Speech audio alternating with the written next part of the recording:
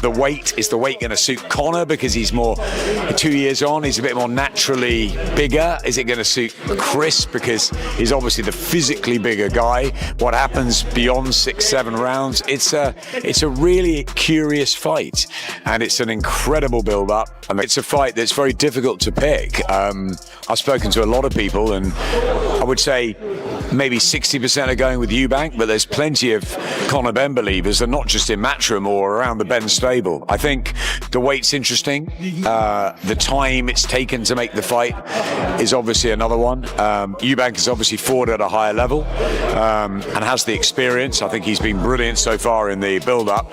But Conor's dangerous, and he's going to fly it. Adam Smith isn't straddling the line. He's calmly observing as Conor Benn walks straight into trouble, quietly leaning in favor of Chris Eubank Jr. While many are hyping this matchup as a fair contest, Smith isn't buying into the buzz. He sees through the noise, recognizing that Eubank has operated and excelled at a much higher level. In contrast, Benn appears out of his league. The timing couldn't be worse for Benn either. A prolonged lead-up, ongoing issues with making weight, and a lack of recent momentum have all combined to create a moment he doesn't seem prepared for. Eubank, on the other hand, appears focused, sharp, and built for high-stakes occasions like this. Benn, by comparison, is coming off as wild and emotionally driven, relying more on raw aggression than refined technique. Smith subtly suggests that this isn't strategic fury, it's the swing of desperation. What's being sold as Benn's big comeback is, in truth, shaping up to be a one-sided showdown. And Adam Smith can see the writing on the wall from a long way off. Weight is a factor. The age, nobody seems to mention, is also a factor. Conor Benn being the younger man at his prime, yeah? Honestly, it wouldn't surprise me if Benn, especially the way he fights like his father, very aggressive, yeah? And listen, if I'm going to have to, I normally can't say to you, predict what I believe will happen. Christopher Jr. is the bigger man, granted. It depends. It depends. If he's been living the lifestyle, that's also a factor. So it's a 50-50 fight. Don Charles doesn't mince words. While he tries to frame the fight as a balanced, 50-50 showdown, his analysis subtly favors one man. Chris Eubank Jr., he brings up age and weight as discussion points, but those feel more like distractions than decisive factors. Deep down, Charles knows Eubank is the genuine article in this matchup. Being younger doesn't automatically mean being better, and Charles cleverly alludes to that without stating it outright. He does raise a slight concern about whether Eubank has maintained the ideal lifestyle, but even that doubt quickly fades as he acknowledges Eubank's size advantage, wealth of ring experience, and coolness under pressure. As for Benn, Charles gives him credit for his aggression and his resemblance to his legendary father, but it comes off less like admiration and more like a caution flag. That kind of unrefined aggression won't overcome calculated control, and Eubank thrives in precisely this kind of environment. When you strip away the noise, Don Charles sees it clearly. Eubank Jr. isn't just physically superior. He's more composed, more intelligent, and fully prepared to dismantle Benn when the first bell sounds. Very, very excited fight, you know, and the what's been happening in the press conference, it's getting excited, you know, but I think Eubank is a little bit bigger and has more in it, you know. Just the size is it's a little bit too big for Benn.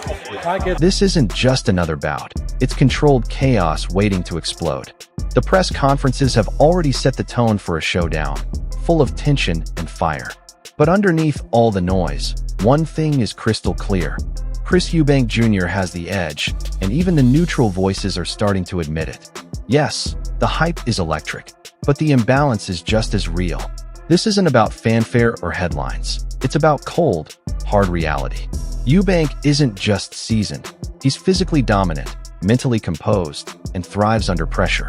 That edge isn't just noticeable, it's decisive. Conor Benn, for all his intensity and raw energy, is walking into a storm. He's facing someone crafted for the big stage, someone who doesn't flinch when the heat rises. You can already see the difference in how Eubank moves, how he carries himself. It's a quiet assurance that Ben can't replicate. And then there's the size. This isn't a slight advantage, it's a game changer. When they finally square up, Ben won't just notice it, he'll be overwhelmed by it. All the pre-fight talk, all the bravado, none of it can close the gap that's about to be exposed in brutal fashion.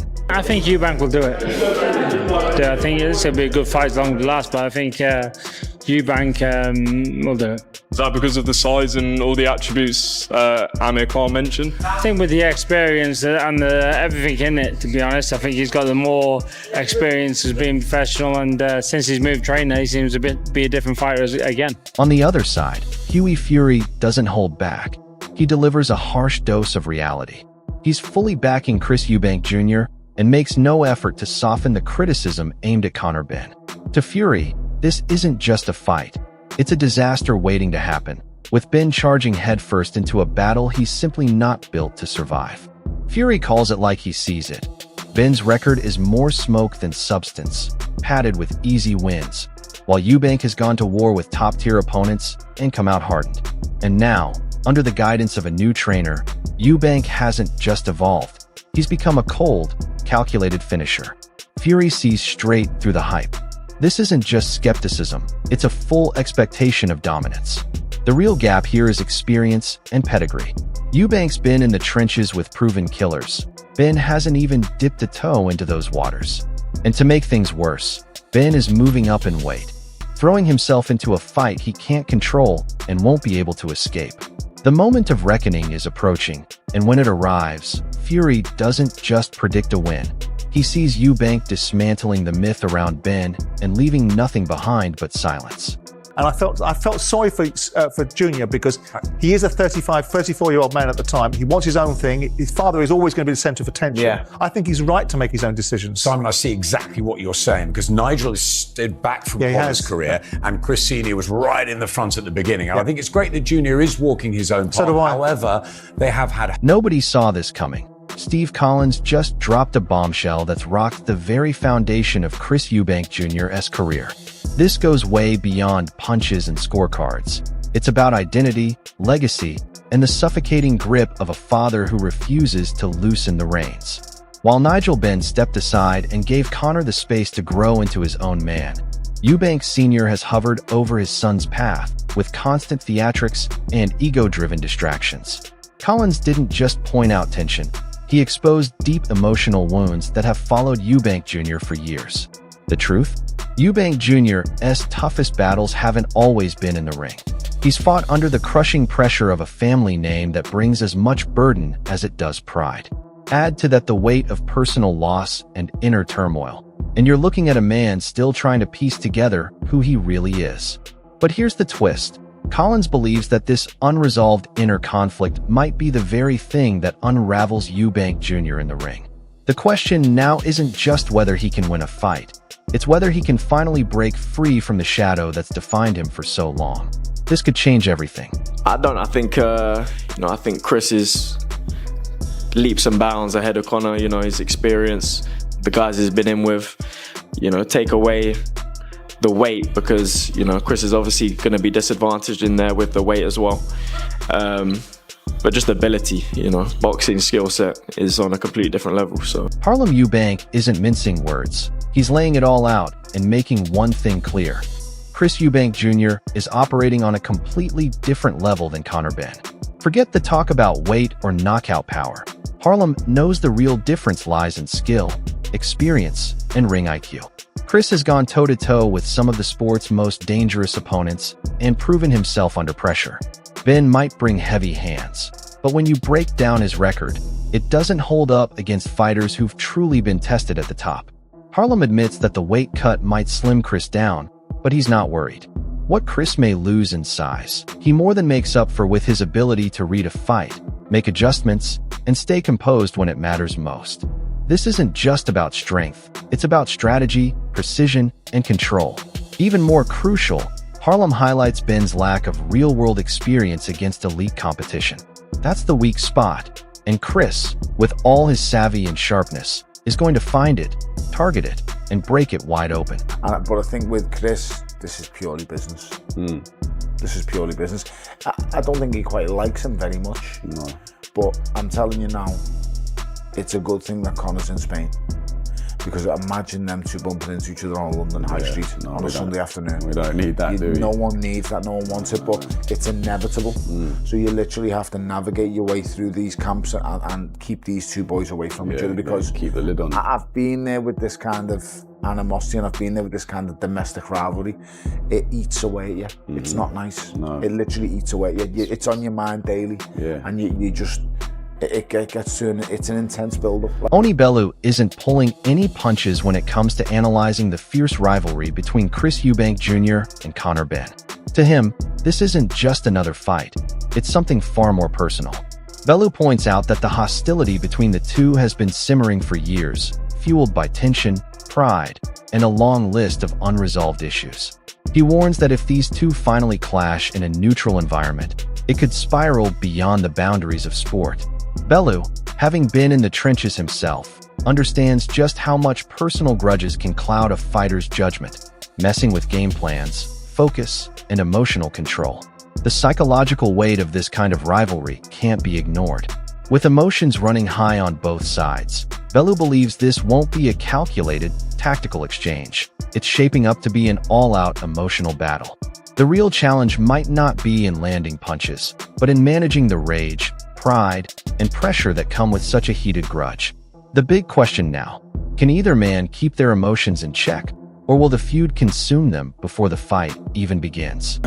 But yeah, there's no honour in smacking someone with an egg. Shouldn't have happened.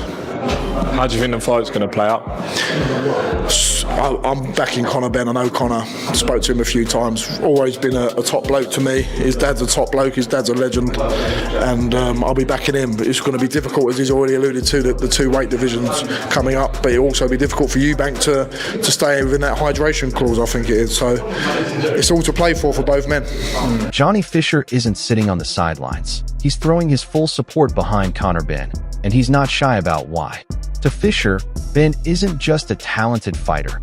He's a man carrying the weight of a legendary legacy, one that commands both respect and expectation in the boxing world. Having spent time with Benn and seen his mindset up close, Fisher is convinced that his raw ability, hunger, and all-around skill set put him in a league of his own. But he's also realistic. This won't be an easy test. Benn is jumping up 2 weight divisions, a major leap that he's embraced head-on. The twist? Fisher points to the hydration clause as a potential game-changer. While many are focusing on Benn's risks, he questions whether Chris Eubank Jr. can handle the strain that the weight cut and recovery limitations bring. In his view, this might not just affect Eubank physically.